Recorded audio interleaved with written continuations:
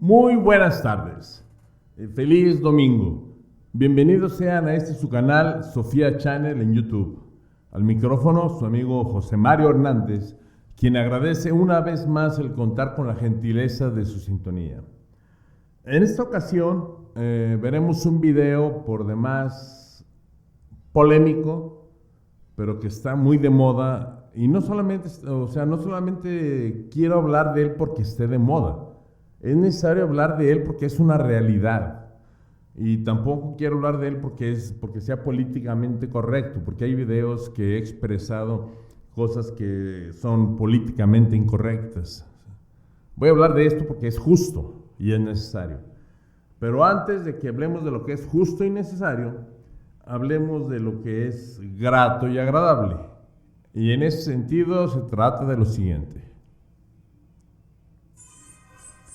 Quiero que demos las felicitaciones por integrarse a Sofía Channel.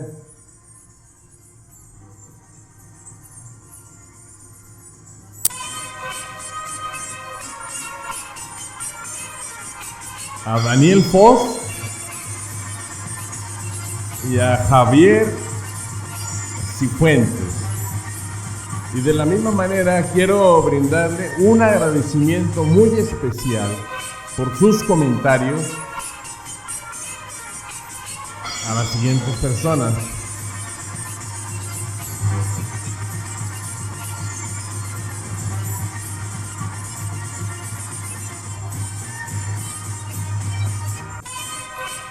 El primero de ellos es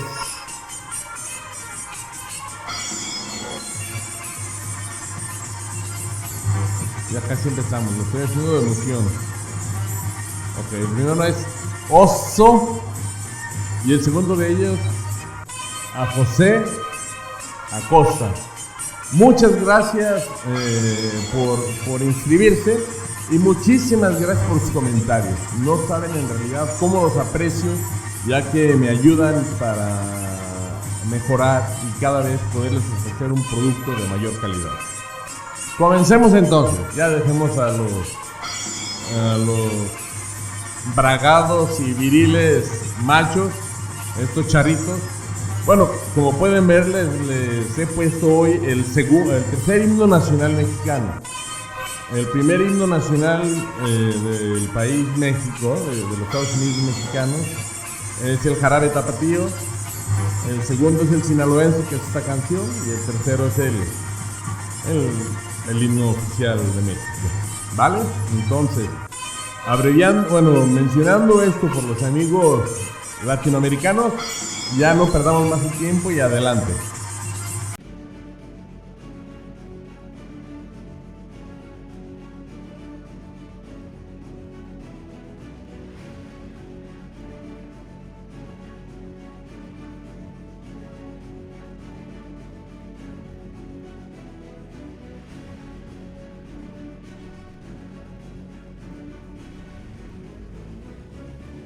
El mito griego de Pandora y el Génesis con el machismo dogmático o institucional.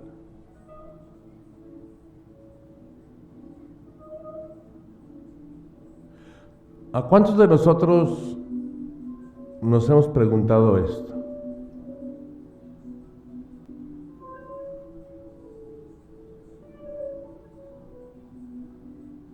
Pues como, ¿para qué nací? ¿Existe el infierno? ¿Quién soy? ¿De dónde vinimos? ¿Qué hay después de la muerte? ¿Por qué existe algo en lugar de que no haya nada? ¿Existe Dios o existe el infierno? Porque si todo esto es, tenemos que llegar a la conclusión que sería un absurdo vivir. Pero si no, sería un absurdo vivir siempre y cuando viviésemos sin alegría, sin arte y sin festejos. De lo contrario, tiene muchísimas cualidades y muchísimas ventajas morir. Pero a lo que quiero llegar, esas mismas preguntas se las hizo el primer homínido al pasar a ser homo, ya fuera homo cromañón, homo neandertalensis, cualquiera de los homo, pasó a hacerse estas preguntas. Y la primera respuesta que él encontraba se encontraba en el mito. El mito, la ciencia y la filosofía tienen en común la búsqueda de la explicación de las cosas, ya que no tienen una realidad concreta. Se parecen a estas porque tratan de explicar algo que no tiene miedo razonable ni una raíz exacta de donde nació. En cambio, la religión, que está a un paso del mito, la religión nace de las creencias referidas a divinidades y a rituales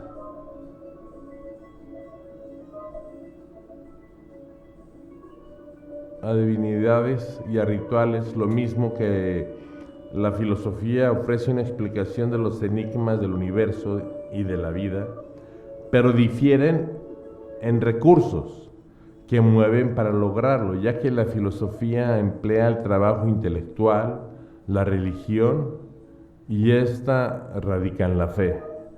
Y la fe no requiere ningún trabajo por parte del encéfalo de nuestra mente, no hay ningún gasto calórico.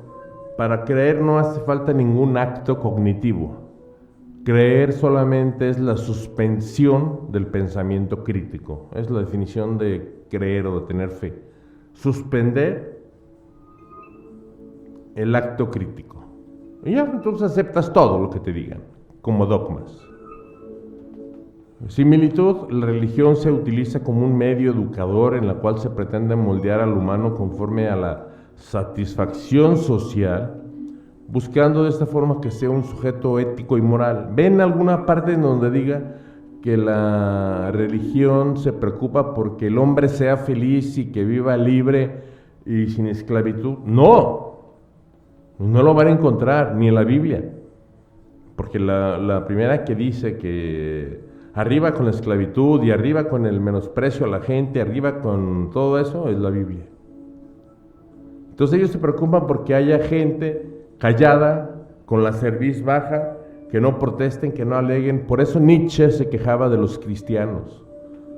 Les decía que era una religión de mendigos y de cobardes, ya que siempre estaban harapientos, con la cabeza baja, pidiendo limosna y sin hacer nada en esta vida, esperando que en la siguiente vida el Dios, que el hombre existió, de pronto cobrara vida y les diera a ellos riquezas y felicidad en una vida que no tienen garantizada.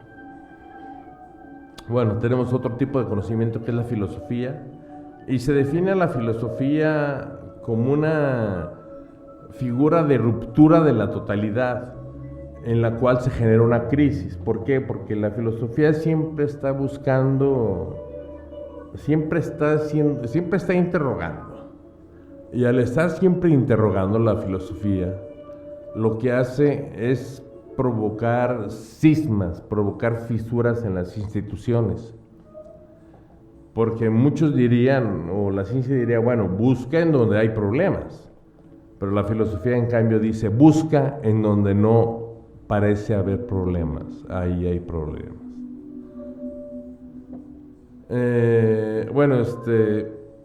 Ha habido varias generaciones de filósofos. Los primeros filósofos eran científicos. Los presocráticos griegos eran realmente científicos.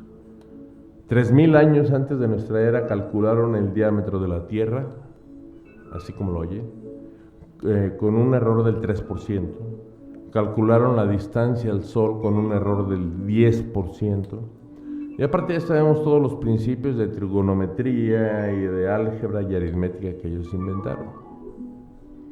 Pero después, a partir de Sócrates, con la llegada de Platón, que era un aristócrata que no creía en la propiedad privada porque él se quería quedar con todo, y que él decía que los únicos que podían gobernar eran los filósofos, mismo concepto que compartía Aristóteles, solamente que Aristóteles tenía la añadidura que para él la comprobación no existía. Para él creía en el criterio de ley o de autoridad, que es el criterio más estúpido que se puede esgrimir por alguien que se cree intelectual. Y ese criterio es, esto es así porque yo digo. Quien dice eso es un idiota. Entonces ahí comenzaron los problemas y después se multiplicaron, ya que San Agustín de Hipona calca la filosofía de Platón y se la lleva al cristianismo y se inventa el alma, otro cuerpo, el cielo y el infierno y bla bla bla. Y Aristóteles y el obeso de Tomás de Aquino se calca la filosofía de Aristóteles y se la lleva para la Biblia, para el cristianismo, y se lo calca todo. Desde que la Tierra estaba en el Sol, que el hombre es el centro del universo y no los animales, que tenemos derecho a acabar con la Tierra si queremos, que tenemos derecho en tiempos de crisis a matar a los niños o a las mujeres, ya que el hombre es primero. De ese calibre. Y bueno, finalmente llegamos al último tipo de conocimiento. Bueno, nos faltaría el conocimiento empírico, que ese es muy válido. El conocimiento empírico, por ejemplo, tiene mucho que ver con el conocimiento procedimental. O sea, es con el conocimiento con el que aprendemos o conocemos procedimientos para realizar algo. Andar en bicicleta no es un conocimiento ni filosófico, ni un mito, ni una religión, ni una ciencia. Es un conocimiento empírico, igual que jugar canicas. ¿Estamos? Vale. La ciencia, lo que hace diferente a la ciencia de la filosofía, es que la ciencia se ocupa de una parcela del saber. La ciencia se utiliza en una metodología propia que se apoya en dos principios. Primero, crear una hipótesis sobre la cual se va a realizar un experimento para validarlo. Y segundo, validación a través de la experiencia con un experimento. Si el experimento da resultado conforme a la hipótesis que se formuló antes de hacer el experimento, entonces se puede seguir adelante y esa hipótesis se convierte en una tesis. En tanto, la filosofía resuelve sus problemas a través de la pura argumentación lógica. O sea, son como los diputados y senadores. No todos los filósofos, me refiero no a todos. Me refiero muy específicamente, serían los filósofos clásicos a partir de Platón, Aristóteles, a Sócrates, a todos los filósofos teologistas, a Tomás de Aquino y a Agustín de Hipona, y a todos los metafísicos sin excepción, ya que siguen creyendo que existe una física más allá de esta física. Entonces, bendito sea, ¿cómo vamos a avanzar así? Pero fuera de eso, tenemos corrientes muy poderosas que nos inclinan y que nos impulsan a reflexionar. Dentro del modernismo tenemos a Friedrich Nietzsche, tenemos al mismo Schopenhauer, tenemos en el postmodernismo, como el posmo, tenemos a Michel Foucault, a los franceses Michel Foucault, a Jean-Paul Sartre, tenemos también a Albert Camus. Entonces tenemos infinidad de filósofos que nos pueden ayudar a entender el mundo no tal y como era, tal y como es y tal y como va a ser. Finalmente, en la ciencia se lleva un proceso de reflexión en cuanto se cuestionan los elementos que componen al mundo en donde coexistimos. ¿Vale? Prosigamos. ¿Qué es lo que sucede entonces con el conocimiento al principio? Pues el conocimiento es fruto de un choque, de un cabronazo entre las verdades y las creencias. Recordando, las verdades son producto del racionamiento, las creencias son producto de falta de actividad neuronal, porque es producto solamente de la suspensión de la crítica. En ese momento aceptas cualquier cosa. Pero si estas dos pueden ser bien entendidas por personas inteligentes que lo planteen adecuadamente y sobre todo que entiendan los puntos del otro, entonces sí se puede llegar al conocimiento verdadero. Por ejemplo, veamos el mito de la creación. Se le conoce como cosmogonía, y la cosmogonía existe en todas las religiones o en todas las culturas. En la maya, en la azteca, en la sumeria, en la mesopotámica, la griega, la romana, en todas, hasta en el hinduismo. Entonces, de acuerdo a la cosmogonía, que la palabra cosmogonía viene de cosmos, orden, y gonos, surgimiento, el surgimiento del orden, que es la cosmogonía. Esta narra el mito que en un principio solo existía el caos, escrito en latín, en griego con K y con H, caos, que significa desorden. Entonces el padre de todos los dioses, Urano, decidió formar el cosmos, que Urano era hijo de Caos Mare Magnum. Entonces él decidió formar el cosmos, o el universo, conjunto de las cosas que existen, concebido como un todo ordenado, cuya oposición sería caos. Caos es el desorden, por antonomasia y por oposición, el orden es el caos, es el cosmos. Después de creado el cosmos, se sucedieron 4 generaciones de dioses hasta llegar al panteón de los dioses olímpicos. Cierto día, el titán Prometeo moldeó con barro a los hombres. Mientras tanto, su hermano Epimeteo moldeaba también con barro, a los animales, aunque no con el mismo grado de perfección que el hombre. Prometeo le pidió a Palas Atenea que lo dotara de inteligencia y sentido común. En esa época transcurría la Edad de Oro, así se le llamaba. En esa época no existían las mujeres, ya que no eran necesarias, porque los hombres eran puros varones. Eran inmortales, no padecían enfermedades y no sufrían nunca de la muerte. ¿Sale? Continuemos. Entonces vamos a la cosmogonía. En filosofía, la palabra caos, como la hemos visto, la palabra que en origen designa un abismo oscuro, pero que en las cosmogonías y la filosofía griega significa masa de materia sin forma, es en la mitología griega el caos era un abismo desordenado y tenebroso que existía antes de la creación del mundo. Vamos aquí a ver un breviario rápidamente de lo que sería leer 20 slides, lo vamos a ver en 2 minutos, así. Primero tenemos al dios primigenio, que era Caos Mare Magnum, o sea, quiere decir el gran desorden. Después, el caos, como no existía Eros todavía, tienen como hijos a Urano y Agea. Sin embargo, Urano tiene celos de su hijo más pequeño, de Cronos, y empieza a devorar a todos sus hijos.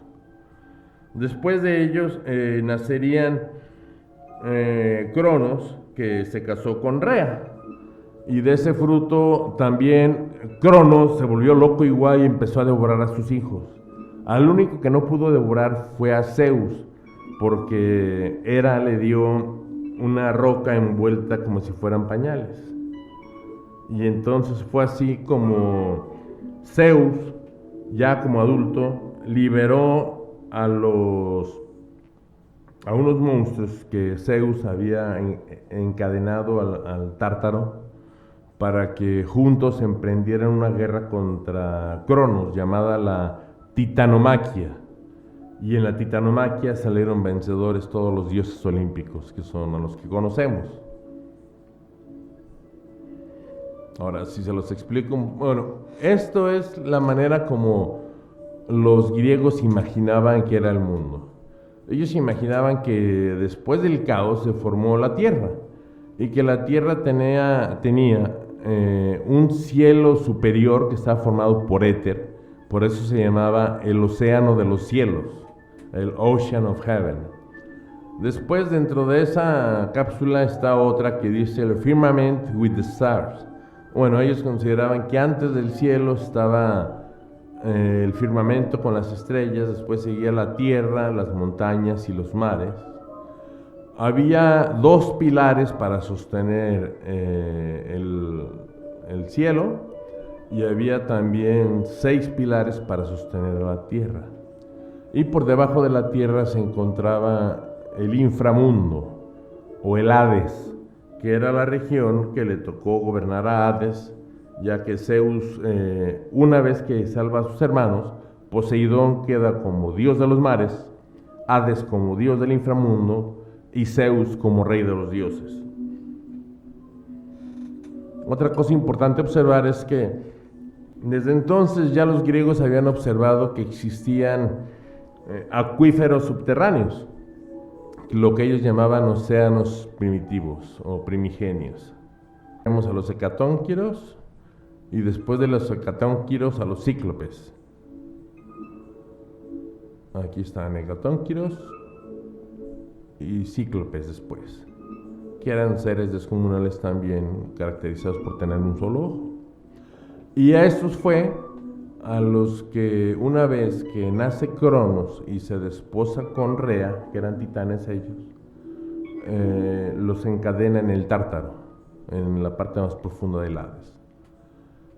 De la unión entre Cronos y Rea surgen los dioses Olimpos o los olímpicos, dentro de los cuales están Hera y Zeus, a los cuales también, tal como Urano devoró a todos, entre los titanes, Cronos devoró a todos, excepto a Zeus porque se lo escondieron. También por esto Sigmund Freud desarrolla su teoría del complejo de Edipo, o sea, porque el complejo de Edipo no trata de otra cosa más que del hijo que quiere el poder del padre y hasta la mujer del padre, ¿no? Quiere su madre.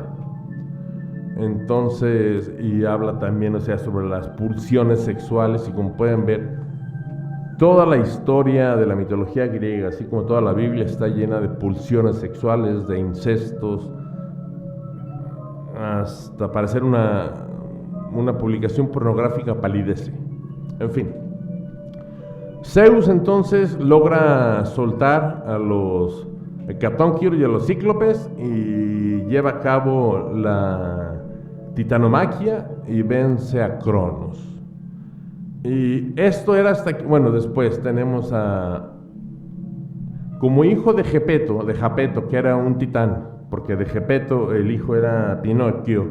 Entonces, de Japeto, con la unión de Clímene, tuvieron como hijos a Epimeteo y Prometeo, que como vimos, Epimeteo creó a los animales, no tan perfectos, pero los creó al fin, y Prometeo creó a los hombres.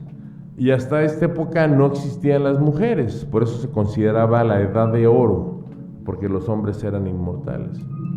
Pero Prometeo tiene la osadía de llevar al hombre, de compartir con el hombre, con el ser humano, con el hombre masculino, con el varón, de compartir el fuego.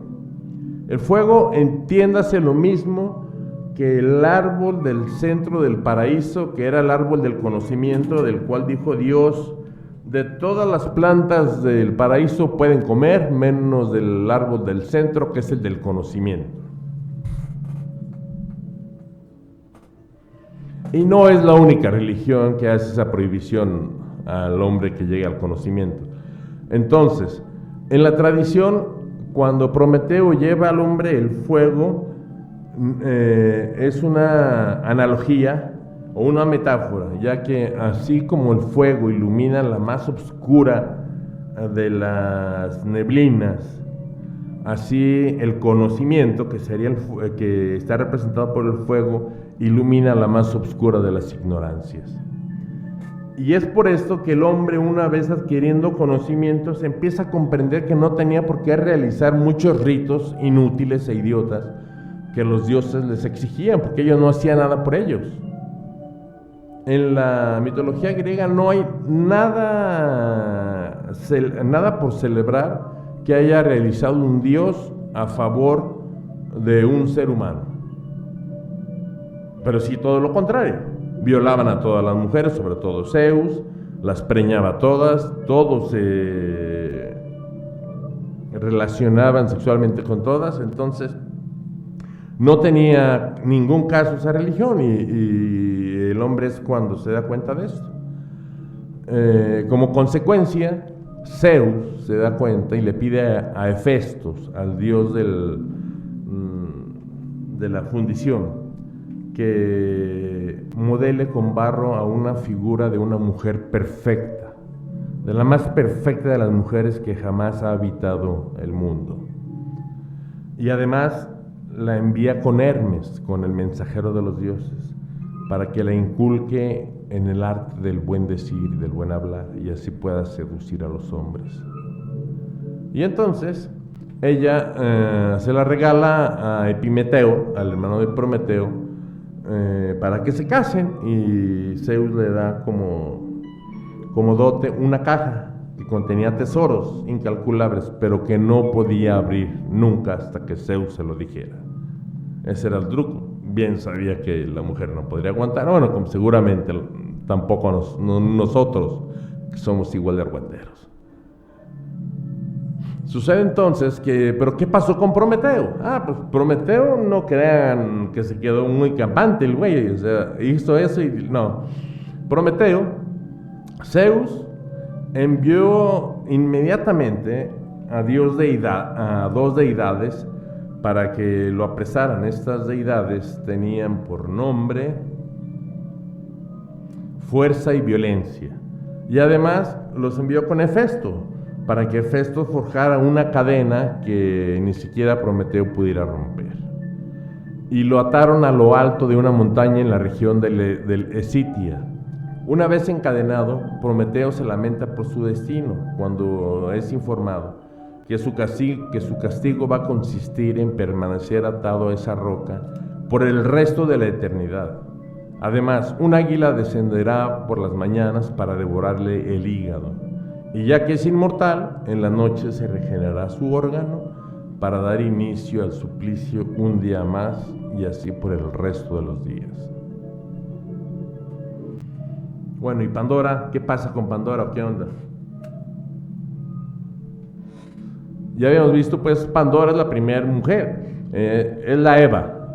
Y al igual que Eva, al igual que el Antiguo Testamento o el Torá judío calca a Pandora, solamente le pone el nombre de Eva, se encuentra ya la culpable, o al chivo expiatorio para todas las desgracias del hombre y para tener que trabajar. Entonces los judíos y los hebreos se hermanan por ahí copiando los hebreos toda la mitología griega, ya que esta tiene 2000 años antes de que se haya inventado, creado, escrito el Antiguo Testamento.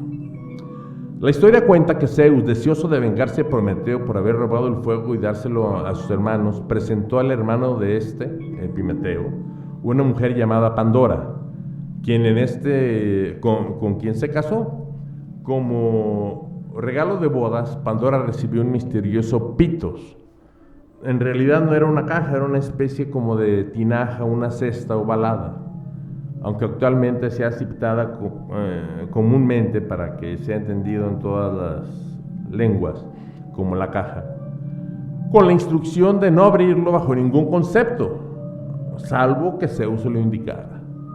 Los dioses habían otorgado a Pandora una gran curiosidad, por lo que decidió abrir la tinaja para ver qué había dentro en cuanto Epimeteo cayó dormido. Al abrir la caja, escaparon de su interior todos los males del mundo. Cuando atinó a cerrarla, solo quedó en el fondo Elpsis, el espíritu de la esperanza, el único bien que los dioses habían metido en ella. De esta historia surge la expresión: la esperanza muere al último, o es lo último que se pierde. Hoy en día, abrir una caja de Pandora significa una acción en apariencia pequeña o inofensiva, pero que puede traer consecuencias catastróficas.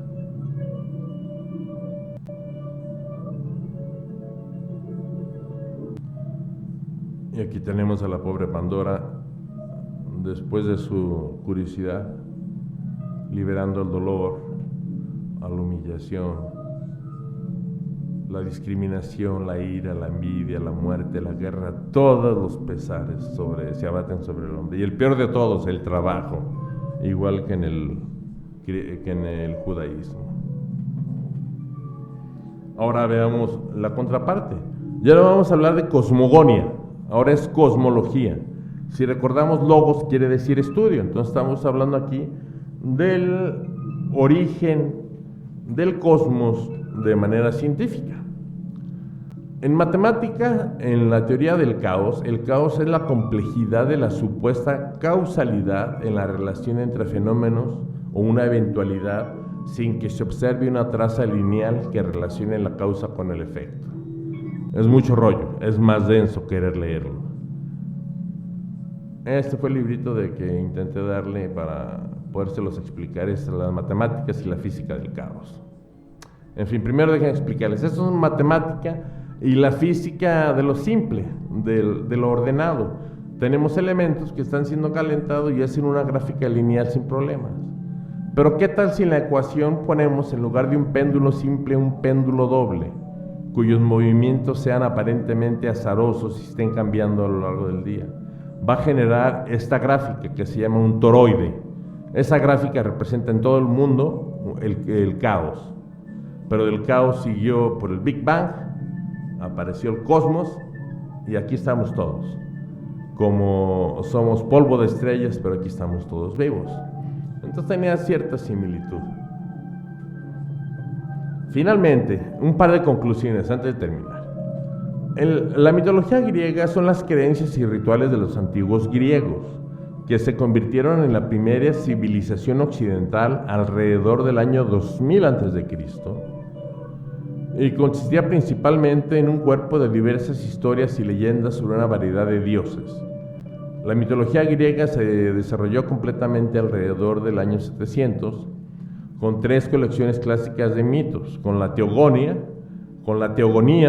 del poeta Hesíodo, y con la Ilíada y la Odisea del poeta Homero, que aparecieron en esa época, pero fueron escritos, se estima, tal vez hasta en el 3000 antes de nuestra era. Los dioses griegos se asemejan a los humanos en forma y mostraban sentimientos humanos, a diferencia de las religiones más antiguas. La mitología griega no incluía revelaciones especiales, tampoco enseñanzas espirituales, no tenía ninguna práctica ni ningún ritual, no había primeras comuniones, ni bar mitzvah, ni 15 años, no había nada de eso, no había Eucaristía, no tenías que dar el 10% de lo que ganabas. No tenían una estructura de baquetones vestidos de morado ridículos con un sombrerote a los que tiene que mantener todo el mundo. Y tampoco tenían un código escrito, solamente una tradición oral. Finalmente, sobre lo que les pido reflexionar en esta conclusión es: en nunca defraudar la confianza que se nos deposite, bien en forma de una confidencia o en algún aspecto material. No porque se vayan a soltar las 1000 maldiciones, no, porque es en sí, yo creo, la peor de las maldiciones, faltar la confianza a alguna persona.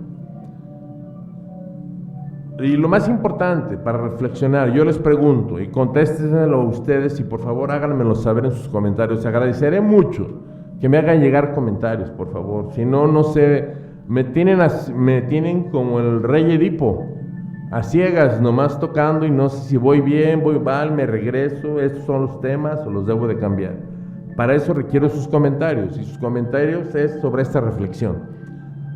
Díganme, el hecho que Elpis al final haya quedado, o sea, la esperanza dentro de la caja de Pandora, ¿realmente ustedes consideran que la esperanza es una bondad o es una maldición?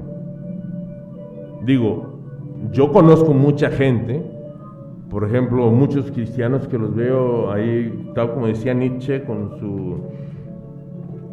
sus características religiosas de humildad y pobreza y estar callados y tonto, sufriendo, pero tienen una esperanza ciega en algo que nunca va a llegar, porque al principio nos preguntamos, ¿qué sigue de la muerte?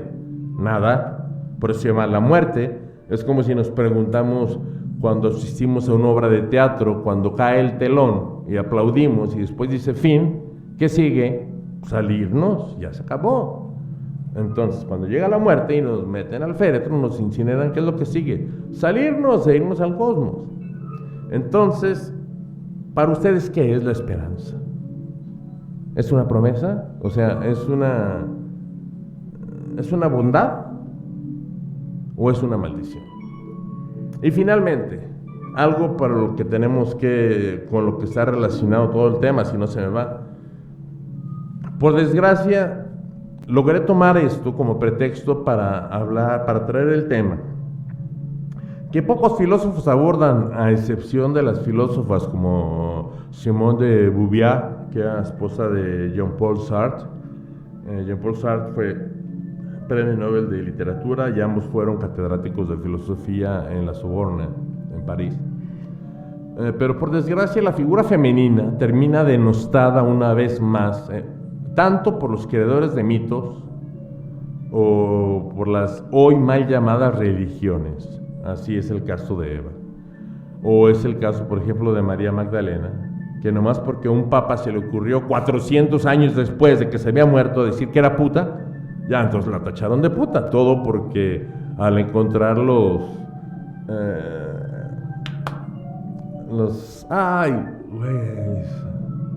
documentos apócrifos, los testamentos apócrifos, se encuentran que tanto el de María como el de María Magdalena y el de Judas alababan la figura de María Magdalena y denostaban la figura de Pedro como un mal líder. En fin, al tiempo que es crucial reflexionar acerca de la esperanza, bueno, eso ya lo vimos hace un momento. Finalmente piensen, la religión que más pobreza ha causado, la religión que más muertos ha causado en el mundo, ¿cuál es? El catolicismo. Y no me estoy refiriendo a las cruzadas, que en una sola cruzada murieron 15 millones entre cristianos, que mataron los mismos cristianos, judíos y musulmanes. No me refiero a las cruzadas. No me refiero tampoco a la Santa Inquisición. Ellos no mataron más de 50,000. Tampoco me refiero a la guerra que libró Bush contra Obama diciendo: mi Dios es más chingón que el tuyo. No, el mío lo tiene más grande, vamos a ver. Y que los dos salieron a una guerra santa. No.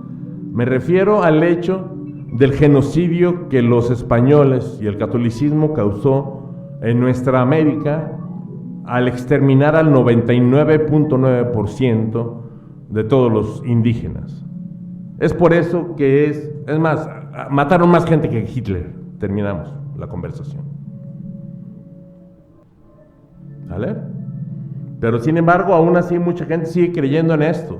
Y sigue creyendo en que, ojo, recuerden que la última, o sea, la oferta de venta última de las tres principales religiones monoteístas, perdón, me equivoqué, no son de las tres principales, solamente de dos. Solamente es el Islam y el catolicismo. El judaísmo no reconoce un cielo, no reconoce, para ellos no hay reencarnación, es un invento que llegó con la cannabis y en nuestra era. Ok, entonces les encargo su reflexión, por favor, lo más breve si quiere posible. Nada más póngame, para mí es una promesa, para mí es bueno o para mí es malo, ¿vale? Muchas gracias. Sí, ahora, pero no quería dejarlo nada más con pura palabrería, porque la palabrería se nos olvida a todos y no nos acordamos de esto. Se los apuesto que nadie se acuerda de nada de estos. Y ahí les va. Vamos a ver evidencias en el trato hacia las mujeres y la validez de sus derechos de vida y derechos humanos. En la Grecia clásica, por ejemplo, dicen que Grecia fue la cuna de la democracia. Democracia, mis pantalones. En Grecia solamente podían votar los varones mayores de 18 años que fueran libres y que fueran nacidos en Atenas. Nada más. Las mujeres no votaban, obviamente que los niños tampoco, y los esclavos ni los consideraban. Entonces la mujer no tenía derecho alguno ni al voto, tampoco podía poseer propiedades. Todas las propiedades estaban a nombre del hombre. La mujer tampoco no podía solicitar el divorcio. Y si acaso a alguna mujer acusaban de ser adúltera, eran lapidadas en vida con rocas. O sea, creo que es una de las muertes más horribles que una tribu, ya sea que estén haciendo con vestidas hasta tapadas con miurcas y con todo lo que ustedes quieran, o así sean unos indígenas desnudos, que te maten a pedradas, ha de ser terrible. Bueno, pues es lo que le pasa a las mujeres. Y a los hombres adúlteros, no les pasa eso. Les ponen una marca en la frente nada más. Pobrecitos. Las mujeres, también hay que decirlo, en la antigua Grecia se celebraban, a la vez que cada 4 años se celebraban eventos deportivos que eran las Olimpiadas, con el mismo intervalo de cada 4 años, pero acá como el fútbol se los alternaban, se celebraban eventos artísticos en honor de Dionisios. Y estos eventos artísticos, ahí se representaban teatralmente tragedias y comedias. O si no, se leía literatura, se recitaba poesía, o se presentaban coros, o algún virtuoso de algún instrumento deleitaba a la audiencia con su música. Pero de todos estos eventos, o sea, tanto de las Olimpiadas, que era puro deporte, porque los que participaban en las Olimpiadas eran los gimnastas. Gimnasta quiere decir desnudo. Entonces, como los hombres estaban desnudos y tenían miedo a la vagina asesina, por eso ni les dejaban acercarse a las mujeres. Y en lo otro, por ejemplo, en el teatro, si hacía falta una mujer, los griegos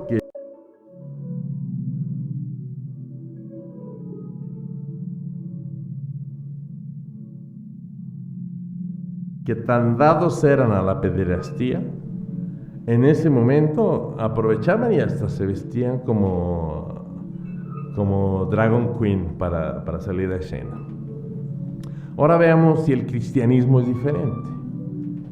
La mujer no podía solicitar el divorcio. Las adúlteras también eran lapidadas en vida con rocas. En el libro de Samuel, perteneciente al Antiguo Testamento, se sugiere la idea del exterminio masivo de manera cruel y total por acción u orden de Jehová. Incluso se habla de infanticidio. Perdón, ahí está mal aplicado. Utilicé Jehová pensando en lo que estaba transcribiendo, pero en el Antiguo Testamento a Dios no se le llama Jehová, a Dios se le llama Yahweh o Yahweh. Es una Y, una W, una H y una E, nada más, Yahweh. No se le llama Jehová o Jehová. Esto es un cuento gringo. Entonces, Yahweh ordena que incluso los niños tenían que morir en caso de ser necesario. En el libro del glorioso San Pedro, al cual Jesús le dijo, tu nombre es Pedro, y eres una piedra y sobre ti edificaré mi primera iglesia, pues la cagó. Porque Pedro, perteneciente al Nuevo Testamento, estaba a favor del sometimiento, ya que es tomado como algo correcto, así como dejarse pisotear por los tiranos, es algo bien, cabrón, o sea, es la buena onda, maestro, o sea, mientras más te peguen, más vas a gozar en el otro mundo, carnal. Por ejemplo, lejos de que incitar a los oprimidos a buscar su libertad y vivir conforme a sus propias leyes, se les invita a permanecer callados, sumisos y débiles. En los siguientes pasajes se castiga a un grupo de hombres, otra terrible muestra de machismo y degradación a la mujer en las Sagradas Escrituras. Por eso no es de extrañar que en los campos de exterminio, siguiendo el Antiguo Testamento, los judíos, que superaban a los soldados alemanes en una proporción como de 10,000 a 1, nunca hicieran nada por matarlos. En fin, y si creemos que esto nomás es algún alucine, bueno, finalmente, ¿se acuerdan de Lot, verdad? Uno de los hijos de Moisés. Bueno, entonces, las hijas de Lot, junto con Lot y su esposa Sara, la que se convirtió en una estatua de sal, vivían en Sodoma. Entonces, en alguna ocasión, iban a invadir Sodoma, iban a borrar del mapa Sodoma y Gomorra, y estaban platicando de eso Ezequiel con Dios. haz de cuenta como George Bush con Tony Blair cuando la primera guerra del Golfo, para ver quién iba a atacar por qué frente. Y entonces Ezequiel decía, por favor, no mates a todos, tiene que haber alguien bueno, con que haya 20 personas buenas, sálvalos. No hay 20, güey. Bueno, con que haya 10, no hay 10, güey. Bueno, con que encuentres a 2 personas, imagínate, o sea, todavía de que va a ser un genocidio, Dios, el 5º genocidio de la Biblia, y se pone a apostar, y dice, ok, cabrón, si hayas a 2 personas buenas, se salvan ellas, al resto me los voy a chingar. Total, llegan 2 ángeles que envió Dios, y entran a las puertas del pueblo de Sodoma. ¿Y cuál es su sorpresa? Que mientras están preguntando por el domicilio de Lot, tienen que llegar corriendo a la casa de Lot, ya que se forma una turba muy grande que quiere violar a los ángeles. Y el valiente de Lot sale, abre la puerta y con su pelo en pecho les dice, hombre hermanos, no hagan eso, no violen a los ángeles, les doy a mis hijas que son castas y puras para que las violen. A eso me refiero con maltratar a las mujeres. A eso me refiero con justificar la ignominia. Y a eso me refiero con institucionalizar o dogmatizar el machismo. Y podríamos poner esta página, bueno, esta plática no podría terminar si ponemos todas las religiones. Y lo único que tenemos que hacer es formar conciencia a nuestros hijos para que esto no se repita nunca jamás. Y finalmente, por ponerles algunos ejemplos también, dice el Eclesiastes, que fue escrito en el siglo II antes de nuestra era: por una mujer tuvo comienzo el pecado, y a causa de ella todos morimos. Se refieren a Eva, obviamente. Tú eres la puerta del diablo, tú eres la que abriste el sello de aquel árbol, tú eres la primera transgresora de la ley divina, tú destruiste tan fácilmente al hombre, que es la imagen de Dios. Este fue San Tertuliano en el siglo II de nuestra era, también hablando de Eva. Estas palabras se han utilizado durante siglos para justificar la discriminación de la mujer. Aún hoy existen cristianos que responsabilizan a las mujeres de todos los males de la humanidad y recurren a textos religiosos para explicar por qué creen que hay que someterlas. Por ponerles un ejemplo, tenemos ahí una imagen montada sobre una hoguera, que es Jeanne d'Arc, o Santa Juana de Arco. Y fue Santa Juana porque el pueblo inglés, que fueron los que lo asesinaron, y el pueblo francés, que fue el rey francés el que la entregó a los ingleses para que la mataran, los pueblos, la gente de a pie de ambas naciones adoraban, veneraban a Juana de Arco como una santa. Ella fue quemada viva en 1431. ¿Y cuánto tiempo creen que les tocó darse cuenta a la Santa Sede que la cagaron? Pues nada menos, tardaron 478 años después de su martirio para que la beatificaran. Y tardaron casi 5 siglos para canonizarla después de que la habían quemado viva. Esto es justicia pronta y expedita. Y para que no le digan y no le cuenten que la luna es de queso, y si piensan de que me lo estaba inventando todos los demás ejemplos, vámonos. Como un homenaje póstumo a las mujeres que entregaron su vida en aras de un mundo mejor, víctimas de la misoginia exacerbada con dogmas religiosos y moralistas, comenzamos. Y comenzamos primero por las mujeres históricas, por las de carne y piel y hueso. La primera fue Hipatia de Alejandría, que fue la primera científica. Ella trabajaba en la biblioteca de Alejandría, que para esa época era el centro del saber más grande del mundo. Era como reunir a todos los físicos del CERN, que están en Suiza, con reunir a todos los ingenieros del MIT y a todos los académicos de Harvard, de Cambridge. Todo esto se encontraba en la biblioteca de Alejandría, y además la biblioteca más grande que jamás ha existido. Y ella era una astrónoma y estaba haciendo experimentos de astronomía cuando llegó una turba de cristianos.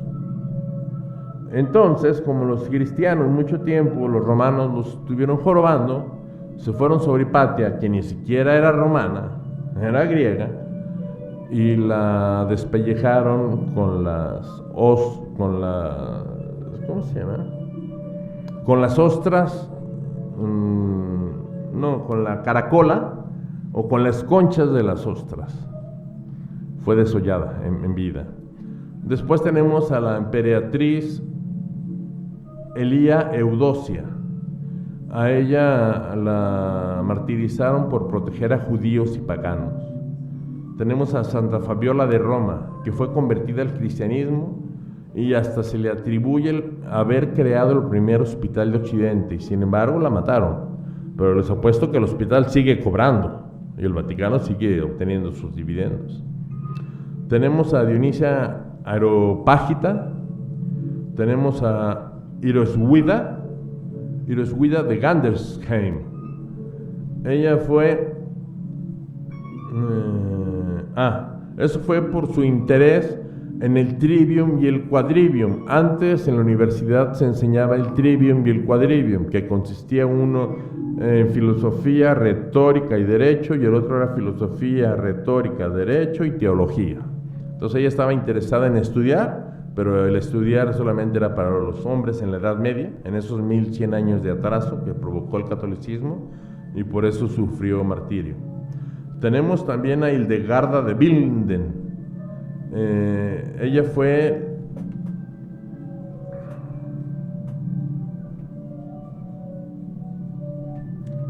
la autora de la primer enciclopedia de la que se tiene reseña histórica. Tenemos después a Errada de Landsberg. Ella fue médico, naturalista y astrónoma. Tenemos a...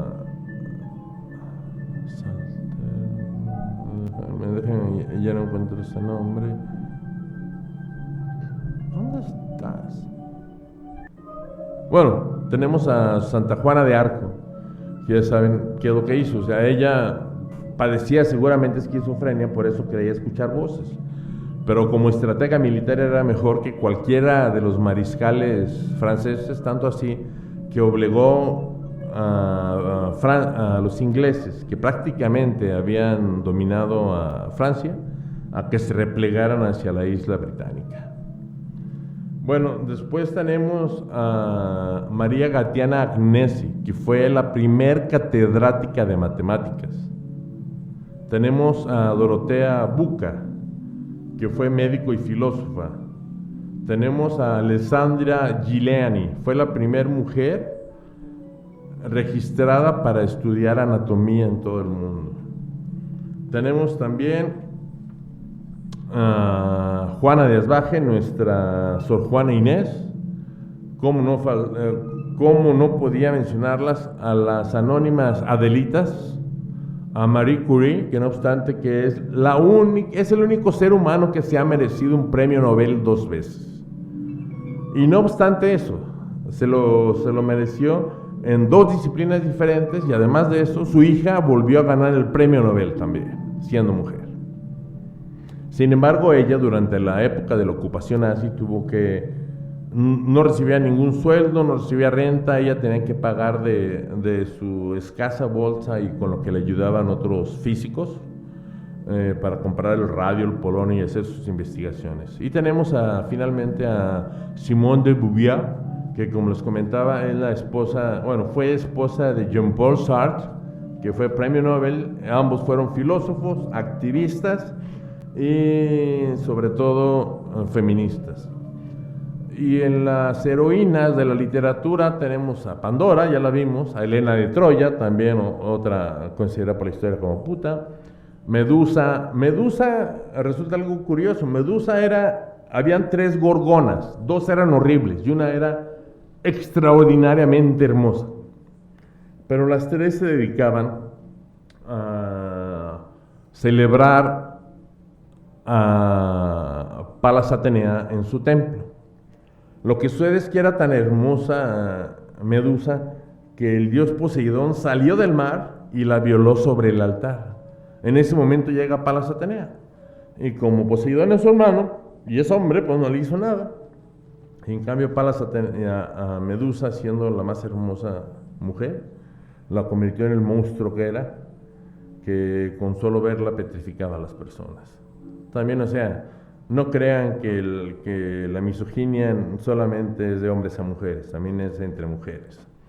Tenemos a Julieta, bueno, y obviamente a Romeo, de que por culpa de los pleitos familiares duran milenios, por pertenecer a la familia Capuleto, ella y él a la familia Montesco, pues la pagaron con la vida.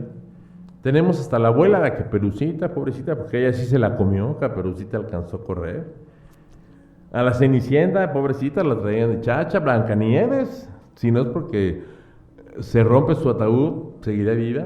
María Magdalena, como les dije, quien fue tildada de puta por el Papa Gregorio Magno en el 500 de nuestra era. Y en fin, creo que ya tenemos muchos ejemplos. Finalmente, bueno, felicidades, Fratello, ya te lo dije telefónicamente y bueno, te lo digo ahora por este medio. Muchas felicidades. Y espero que haya sido de su agrado, que haya resultado algo novedoso o algo al menos interesante. Si así fue, por favor, mucho agradeceré que lo compartan con todas sus amistades, todos sus conocidos, contactos en Facebook, contactos en todas las redes sociales. Y por favor, quienes aún no se suscriben, están a un clic de hacerlo y de darle clic a la campanita milagrosa para que les avise cada que suba un nuevo video. Y por favor, ya nomás nos faltan 11 suscriptores para poder tener nuestro URL y poder montar todas las redes sociales y poderles tener hasta libros en PDF y no solamente de filosofía, de lo que me piden. Se despide de ustedes su amigo José Mario Hernández, no sin antes recordarles: Carpe diem, tempus fugit, et nemini parco. Chao.